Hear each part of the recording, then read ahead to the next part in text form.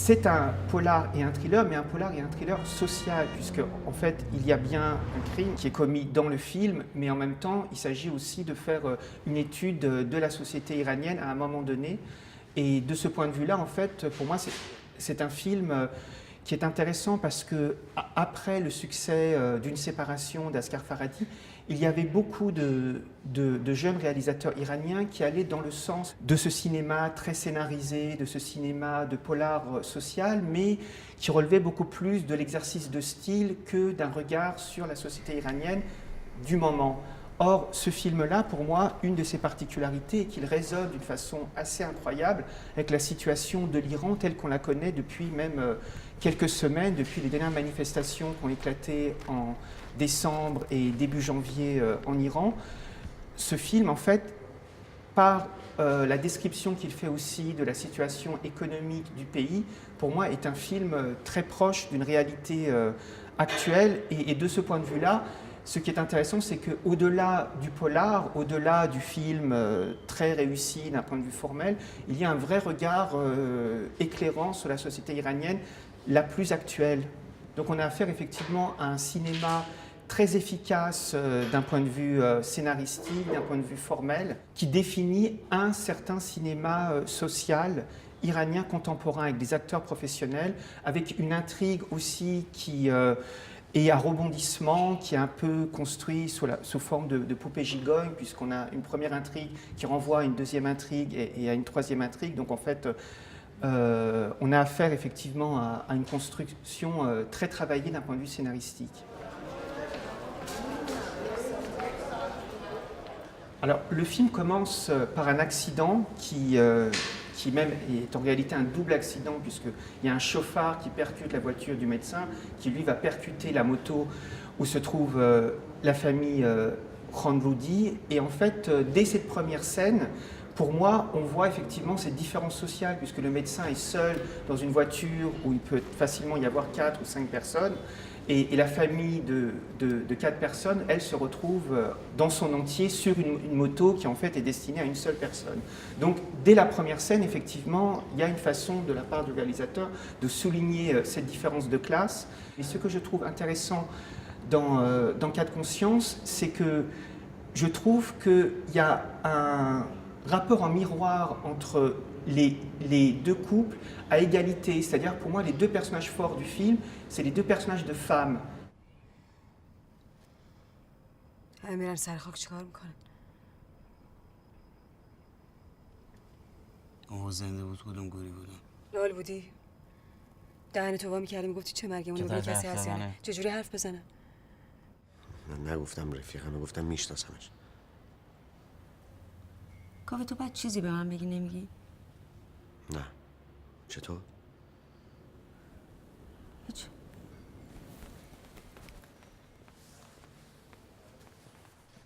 Il y a dans le film une culpabilité effectivement de la bourgeoisie à travers le médecin vis-à-vis de cette classe défavorisée, mais il y a aussi une exigence de la vérité de la part des femmes. Et je trouve que le nœud du film, le conflit du film en fait, est entre l'attitude compassionnelle du médecin et l'exigence de vérité des femmes, qu'il s'agisse de la femme médecin ou de la mère de famille qui a perdu son enfant dans le film. Donc en fait, au-delà des rapports de classe, je trouve qu'il y a une très grande proximité entre les rapports hommes-femmes dans les deux couples dans le film. Et pour moi, ça dit quelque chose de très important, certainement sur la société iranienne d'aujourd'hui, parce qu'en fait, il faut savoir que dans la société iranienne, les femmes n'ont pas les mêmes droits que les hommes, quelle que soit la classe sociale des femmes, et notamment au regard de la loi, c'est-à-dire que une femme ne peut pas être juge en Iran. La voix d'une femme dans un tribunal vaut la moitié de celle d'un homme. Or, je trouve que dans le film, il y a une vraie critique de cette situation qui est rappelée de façon indirecte, puisque, en fait, très souvent, il y a donc cette exigence de vérité de la part des femmes, mais finalement, le dernier mot sera une sorte d'entente tacite entre les hommes pour donner une certaine vérité qui n'est pas satisfaisante peut-être ni pour le spectateur, ni en tout cas à la fin, dans la dernière scène, pour le personnage féminin, parce que finalement, cette forme de comportement des hommes ne d'une certaine manière, que reconduire une certaine situation, un certain ordre social tel qu'il existe en Iran. Donc au-delà de la culpabilité entre la bourgeoisie et la classe défavorisée, pour moi, dans le film, il y a une vraie interrogation sur une certaine résignation des hommes et,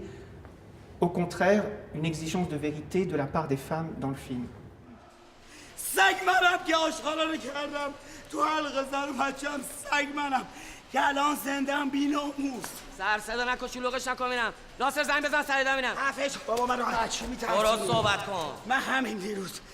کل زندگیمو کردم زیر 2 متر بیا اینا رو ببر به دست زن و بچه‌ات دونه 2000 تومان من دارم به تو لطف میکنم من دارم در حقت من Ce que je trouve intéressant dans le film et assez troublant, c'est que son intrigue, en fait, repose sur une réalité qui est véritablement la réalité telle qu'on la connaît depuis quelques semaines, en tout cas qui a été rendue publique aussi de plus en plus dans les journaux, par rapport à la situation économique de l'Iran. Puisque, en fait, les manifestations qui ont éclaté fin décembre, début janvier, portait entre autres sur la vie chère en Iran et très précisément sur le prix du poulet et sur le prix des œufs, ce qui est exactement l'intrigue ou une partie de l'intrigue du film que l'on voit. Et la très belle scène dans l'usine de poulet où Moussa tient 2 poulets morts, en fait ça résonne avec la situation réelle et actuelle de l'Iran. Et ce que je trouve effectivement très surprenant, c'est comment ce cinéma iranien peut, à travers aussi un film de fiction, à travers un polar social d'une certaine façon, toucher de façon aussi près la réalité du pays telle que maintenant les spectateurs aussi occidentaux peuvent la connaître à travers les événements récents.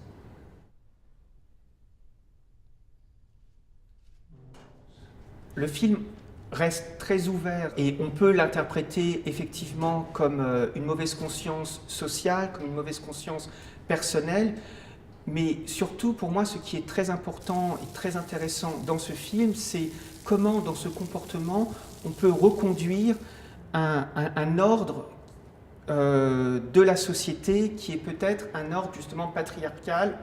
un ordre pesant et qui est peut-être le véritable responsable aussi de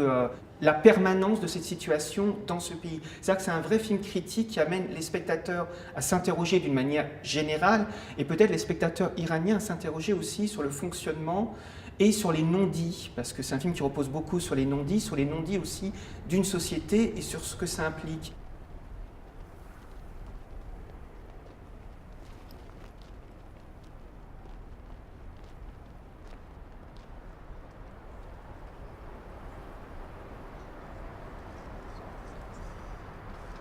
تو اون روز رفتی سر صحنه جرم با بازپرس پرونده‌اش صحبت کردی؟ آره چطور؟ Le travail du chef opérateur, qui est un travail très particulier sur des couleurs désaturées qui vont dans le gris, des couleurs un peu fanées, un peu hivernales. On ne pourrait pas dire la saison exacte où le film a été tourné, mais on a l'impression par ce travail sur les couleurs, en fait, à l'étalonnage, qui est une façon en fait de créer un climat un peu hivernal qui traduit aussi assez bien finalement le drame qui nous est raconté. Voilà, on a l'impression que tout est un peu comme sous des couleurs un peu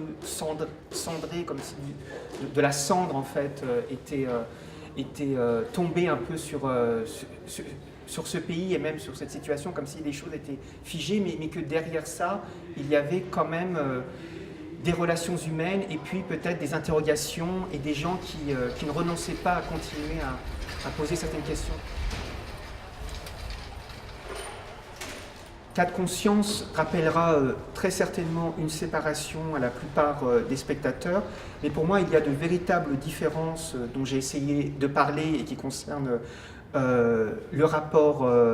à la vérité des 2 femmes qui pour moi sont véritablement à égalité dans ce film-là. Et ce qui pour moi fait aussi une autre différence par rapport à une séparation, c'est qu'une séparation pouvait être vue comme un film qui était encore marqué par l'écho un peu lointain, mais encore présent en fait des manifestations qui avaient éclaté en Iran en 2009, puisque c'est un film de 2011. Et ce film-là, pour moi, est un film qui est assez prémonitoire ou totalement en phase, en fait, avec la situation de l'Iran, qui souffre économiquement aussi de l'embargo qui n'a pas été entièrement levé et qui est à l'origine de tous les problèmes économiques que l'on voit dans le film, mais pas uniquement de l'embargo, de la situation aussi, de la gestion aussi de l'économie dans le pays. Donc je trouve que ce sont deux films qui arrivent en fait par leur histoire à offrir un portrait de l'Iran au moment où ils ont été réalisés. C'est-à-dire que pour moi, il y a 7 ans de différence entre les deux sorties de films, et pour moi c'est aussi l'évolution de ce pays qui peut être aussi une évolution qui s'est empirée sur certaines questions, notamment économiques, comme on le voit dans Cas de conscience. Les salles de cinéma, et surtout en France, ont le mérite en fait de proposer une programmation très très riche dans les meilleures conditions aussi possibles, puisque les films sont de plus en plus projetés en numérique. Pour moi, la salle de cinéma est vraiment l'endroit où on peut s'ouvrir sur une diversité de propositions cinématographiques dans les meilleures conditions possibles.